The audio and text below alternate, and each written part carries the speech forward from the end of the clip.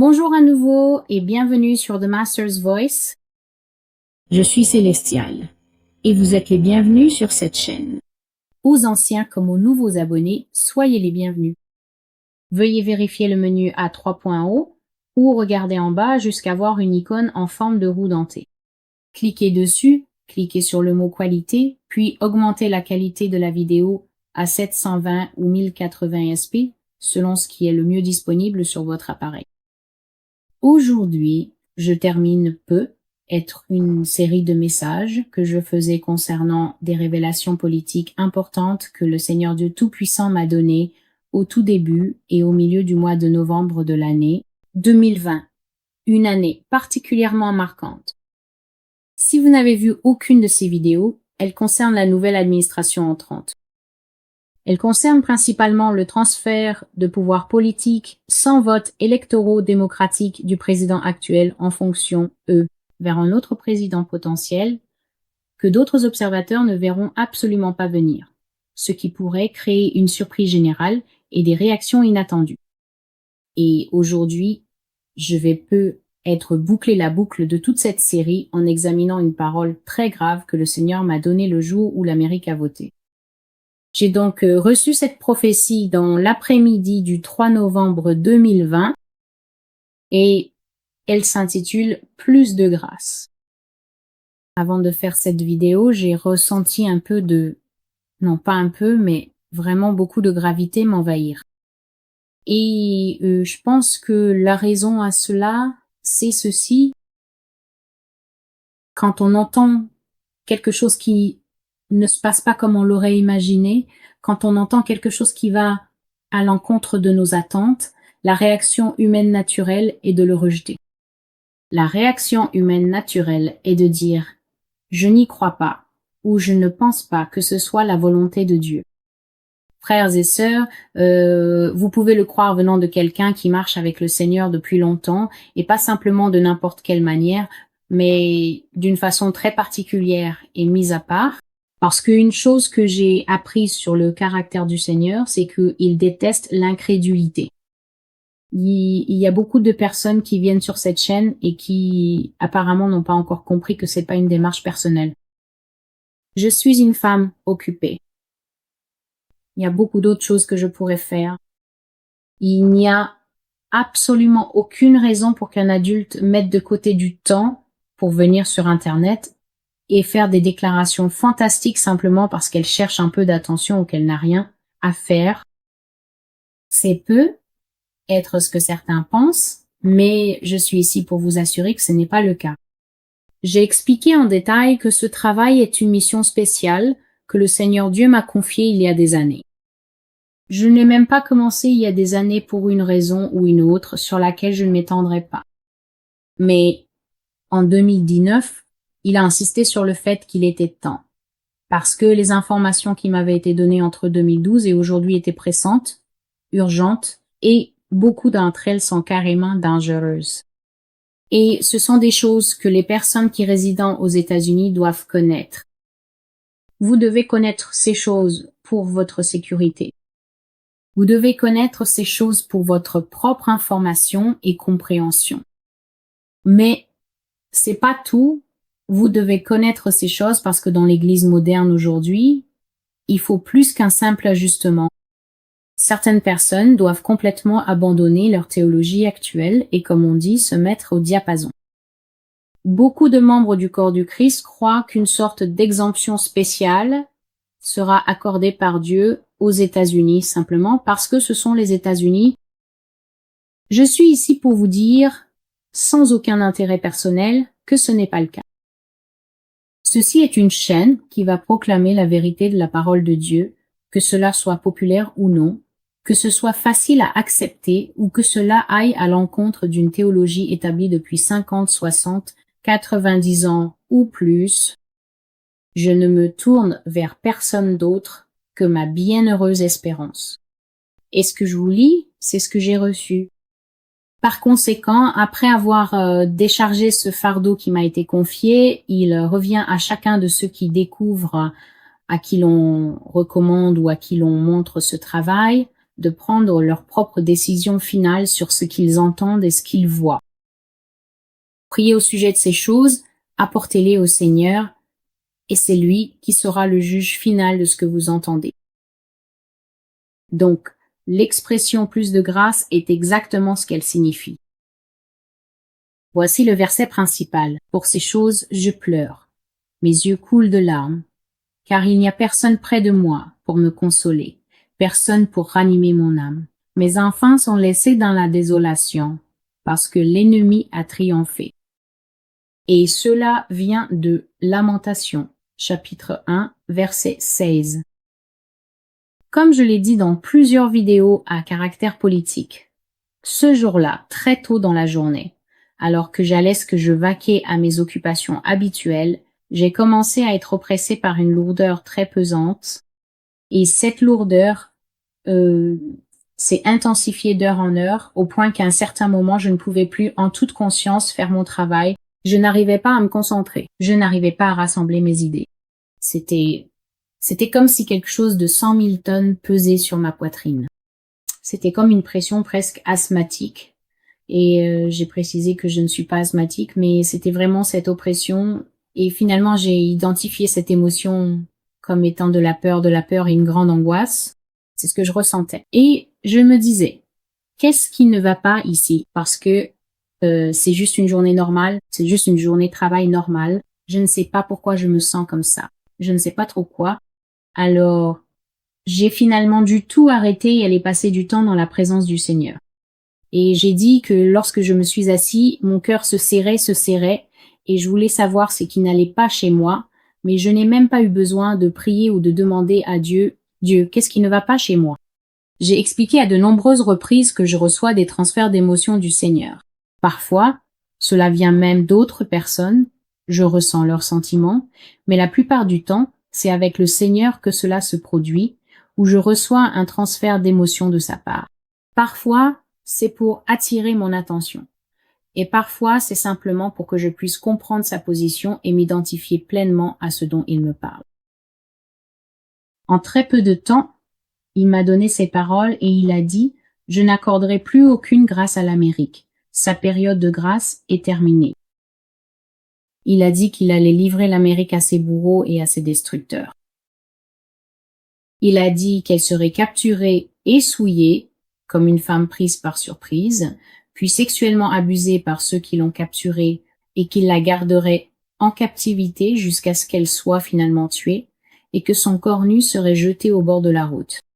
J'ai expliqué qu'à des moments comme celui-ci, le Seigneur me parle et je vois des images, et j'ai effectivement vu l'image correspondant à cela. Pendant qu'il me parlait, j'ai vu une femme nue, une femme caucasienne, et une voiture s'est arrêtée dans les bois, a ouvert la portière et a jeté son corps comme un déchet avant de repartir. La femme était complètement nue. Sa peau était d'un blanc bleuté. Elle avait été étranglée, et le lacet qui l'avait tuée était encore autour de son cou, enfoncé dans la peau et avait laissé une marque rouge et violente. La voiture s'est arrêtée dans les bois. La portière a été ouverte. La femme nue a été jetée comme un déchet. On pouvait voir, d'après les marques sur son corps et sa zone génitale, qu'elle avait été gravement abusée sexuellement avant sa mort. Alors que je regardais cette femme, le Seigneur a dit, s'adressant à l'Amérique, « Comme elle est, ainsi serez-vous, capturés, pris par surprise, souillés et abandonnés. Ainsi parle le Seigneur, il n'y aura plus de miséricorde pour vous. Maintenant commence votre captivité et votre défaite. » Juste après cela, le Seigneur m'a dit que la ville de New York serait anéantie par une bombe nucléaire et que de nombreuses grandes villes des États-Unis subiraient le même sort. Il a dit que la Russie serait responsable de cela. Et alors que j'étais assis devant lui, lorsqu'il a dit cela, j'ai vu 4 lignes de missiles descendant en arc depuis le ciel, 4 bombes nucléaires à la fois traçant 4 lignes de feu dans le ciel, se dirigeant vers la silhouette de New York. Et mon cœur s'est effondré comme une pierre en regardant cela. Mais le Seigneur m'a dit, « Célestial, prends courage, je suis toujours avec toi. » Ensuite, il a commencé à me parler de la construction des nations des envahisseurs, des ennemis et du destin des villes, et il m'a expliqué que la raison pour laquelle les forces d'occupation détruisent toujours l'infrastructure d'une ville est une question de sagesse. Il a dit que les villes coûtent très cher à entretenir. Elles coûtent énormément d'argent à construire, et donc lorsque les habitants d'une ville investissent autant d'argent dans l'édification de leur cité, quand des envahisseurs arrivent et la détruisent, l'anéantissent, quand ils abattent ses murs et ses portes, ils le font pour que cet endroit devienne ce que la Bible appelle une merveille, une abomination et un objet de dérision. Ils le font pour que plus jamais personne n'habite cette ville. Le Seigneur a dit, « Céleste, les êtres humains sont la seule créature qui n'est nue, et c'est pourquoi ils ont besoin d'une habitation pour rester au chaud et en sécurité. C'est pour cela qu'ils construisent des maisons et des villes. Mais lorsque tu détruis une ville, lorsque tu la ravages, les habitants doivent fuir. Et parce que les villes coûtent tellement cher à construire, tout comme à l'époque biblique, une fois qu'elles sont détruites, personne ne les reconstruira jamais. » Donc, j'avais justement fait une étude biblique la semaine précédente et je m'étais posé exactement cette question. Je me demandais pourquoi Nabuchodonosor était venu dans une si belle ville comme Jérusalem et l'avait complètement saccagée. Et maintenant le Seigneur m'a dit, ils font cela parce que lorsque les murailles sont abattues, que peut faire la nation? La nation devient une proie pour ses ennemis, et une fois que les ennemis voient des murailles et des portes détruites, ils viennent effectivement car les gens ne sont pas en sécurité sans protection. Alors que le Seigneur me parlait, je me suis souvenu de quelque chose qu'il m'avait dit, pas quelque chose qui soit une parole prophétique complète que j'aurais pu écrire sur le blog. Gardez à l'esprit que j'ai souvent partagé ici que le Seigneur est très conversationnel avec moi.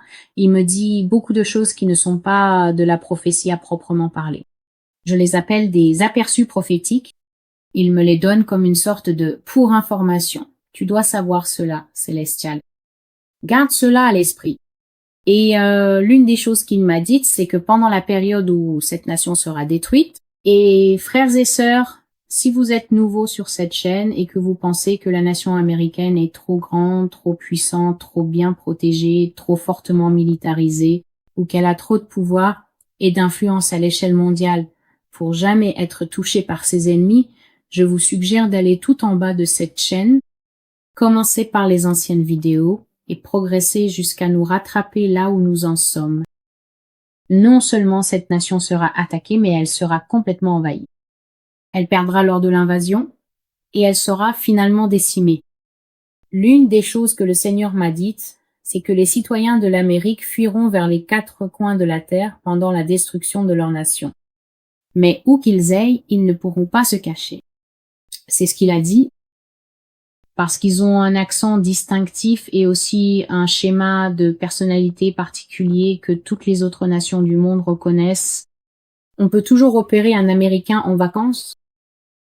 Donc, il a dit qu'à cause de leur accent et de ce schéma de personnalité, ils seront identifiés partout où ils iront, et parce qu'ils ont laissé derrière eux une histoire aussi sanglante, ils ne seront ni bien accueillis, ni traités agréablement.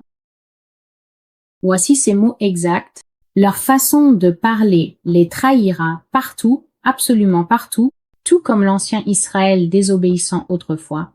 Ils seront forcés de raconter l'histoire de leur propre destruction et de la revivre encore et encore inlassablement où qu'ils aillent, car tous ceux qui les connaissent intimement leur demanderont inévitablement de raconter leur histoire, leur triste histoire.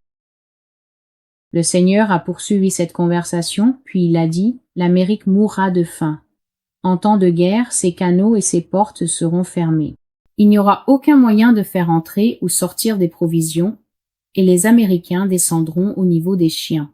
Ils feront des choses sauvages les uns aux autres dans leur quête de survie et de nourriture. Le pays sombrera dans la folie, et les dirigeants le regarderont brûler sans rien faire, car ce sont eux qui ont orchestré cela depuis longtemps. » Donc, une mise en garde à ceux qui pensent que l'enlèvement est si spécial que Dieu l'a programmé pour retirer les croyants du danger uniquement pour cette nation. Si vous faites partie de ceux qui croient que vous ne verrez pas de difficultés, d'épreuves, de tests ou de choses vraiment horribles, J'aimerais partager avec vous quelque chose que le Seigneur me dit presque dans 90% des prophéties que je reçois. Célestial, tu verras cela de tes propres yeux. Maintenant, à moins que quelqu'un ne pense que je suis tellement déchu que le Seigneur ne me considérait pas non plus comme une candidate au salut, cela ne peut signifier, pour la personne avisée, que le déroulement de ces choses aura lieu avant. Ce sont là des éléments de la désintégration des nations avant l'avènement de ce que nous connaissons sous le nom de Nouvel Ordre mondial. Si vous êtes une personne qui sait écouter, interpréter et comprendre correctement la parole prophétique du Seigneur qui arrive, non seulement sur cette chaîne mais partout ailleurs où vous avez pu l'entendre dans votre vie, vous comprendrez que le grand reset mondial et le système unifié sont le champ du signe de Satan. Satan est en train de mettre en place un gouvernement qui dirigera le monde avant que le Messie n'établisse son propre gouvernement qui gouvernera la terre.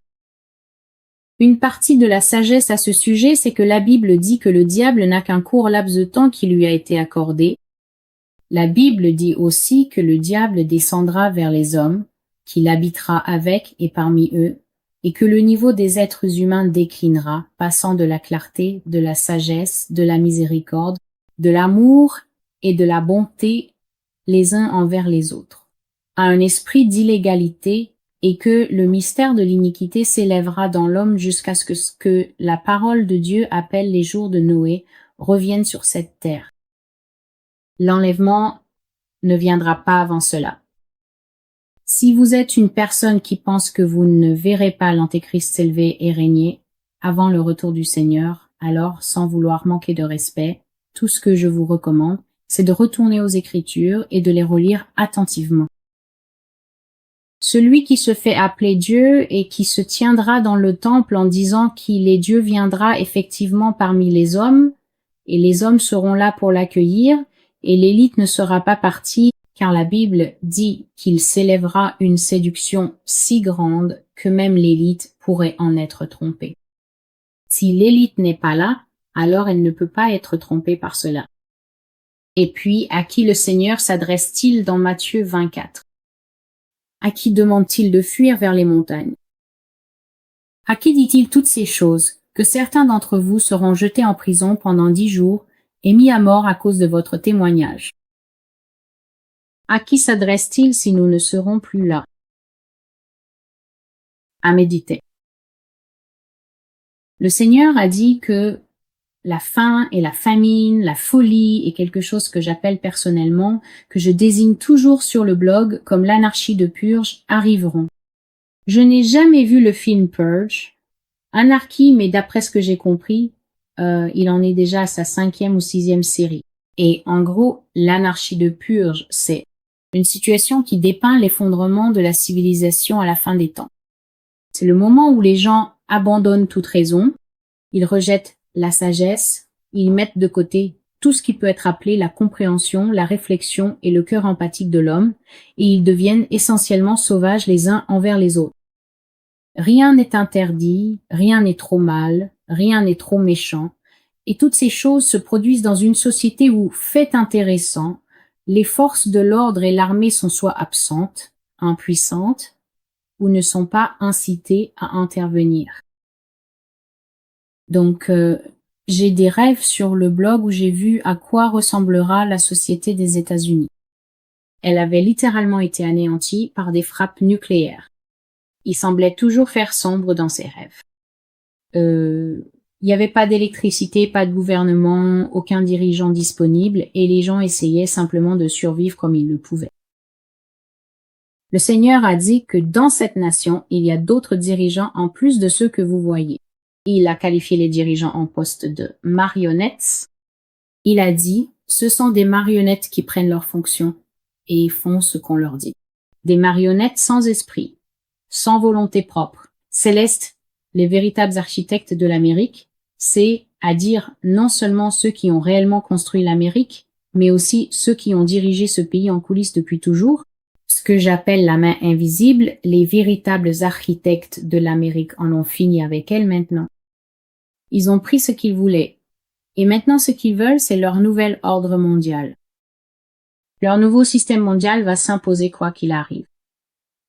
Bientôt, cette nation gémira sous la douleur du joug sur sa nuque. Et ensuite, le Seigneur a dit quelque chose qui a mené à d'autres choses que je n'ai pas révélées à ce moment-là. Il a dit, bientôt, tu regretteras amèrement ton choix, Amérique. Maintenant, gardez à l'esprit que cette prophétie m'a été donnée le jour de l'élection. Donc je savais que Dieu parlait de la personne que l'Amérique allait élire et choisir. Le jour de l'élection, il est absolument impossible, même pour moi en tant que messager du Seigneur, de savoir qui une nation va choisir. Je dois regarder et attendre comme tout le monde, et j'ai expliqué dans les autres vidéos comment, comme tout le monde, j'allais en ligne chaque matin pour voir si l'Associated Press ou toute autre autorité compétente avait choisi et annoncé le vainqueur. Il ne l'avait pas fait. Nous avons attendu 10 jours avant qu'il ne soit révélé que quelqu'un avait été confirmé, un vainqueur clair. Même après cela, il y a eu des recours juridiques et toutes sortes de choses qui ont laissé beaucoup de gens remplis d'espoir, un espoir alimenté par de faux prophètes qu'ils s'obstinaient à suivre, des personnes qui ne cessaient de leur dire « continuez à prier, Dieu va changer cela », ce qui montre bien ce que les gens attendent vraiment de Dieu en ces temps de la fin.